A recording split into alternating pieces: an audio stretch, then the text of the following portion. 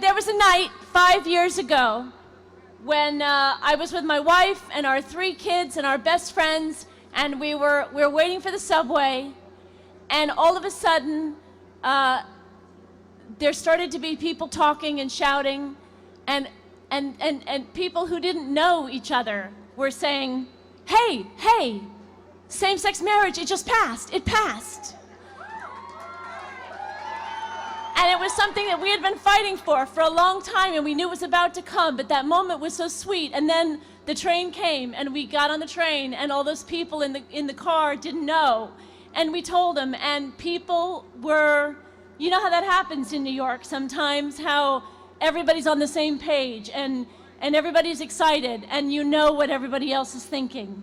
And that victory in New York, it wasn't just a victory for lesbian and gay couples, it was a victory for all people who are committed to a fairer and more equal world. Now, there are those today who are working to divide us, but they know they can only win when we are focused on fighting each other.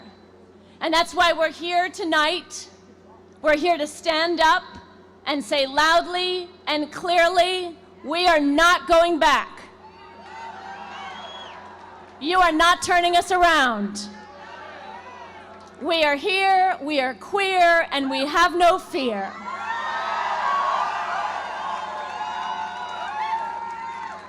And to those of you in the crowd who are not queer, who are Muslim, who are African American, who are Latino, who are women, who are straight white males, we want to say to you, the LGBT community has got your back. And we know that you have got ours, and we love you for it. Because none of us are willing to go back to a time when we decided a person's worth based on their gender, on their skin color, on their religion, on their country of origin, on their sexual identity. We will not go back to a time when our nation did not recognize the marriage of brave Americans, Edie Windsor and Taya Spire. We will not go back to a time when hate and discrimination were a constant and sanctioned presence in the lives of millions of Americans. We stand here tonight just a few short miles from the Stonewall Inn. And the memory of what happened there in 1968, the struggle for liberation it sparked, is a reminder of where we've been and where we will never return to, no matter who is president. That night after marriage passed in New York, and I called my mom to talk to her about it and to tell her where we were when we heard the news, she listened to me. My mother was born in 1930. And she said, that's what it was like in 1945 when victory was declared.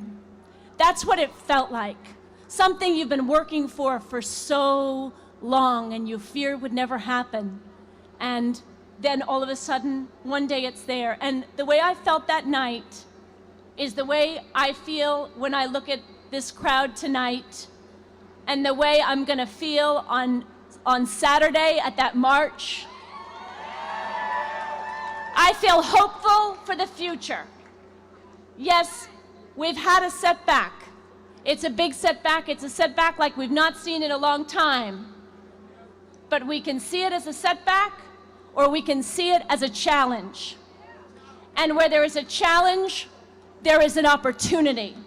An opportunity to prove love, equality, and unity cannot beat. Love, equality, and unity can beat hatred and discrimination. Hillary Clinton didn't get everything right, but she said, we are stronger together, and boy, was she right about that. I know we can win if we say together, we are not going back. Say it with me, we are not going back. We are not going back. We are not going back.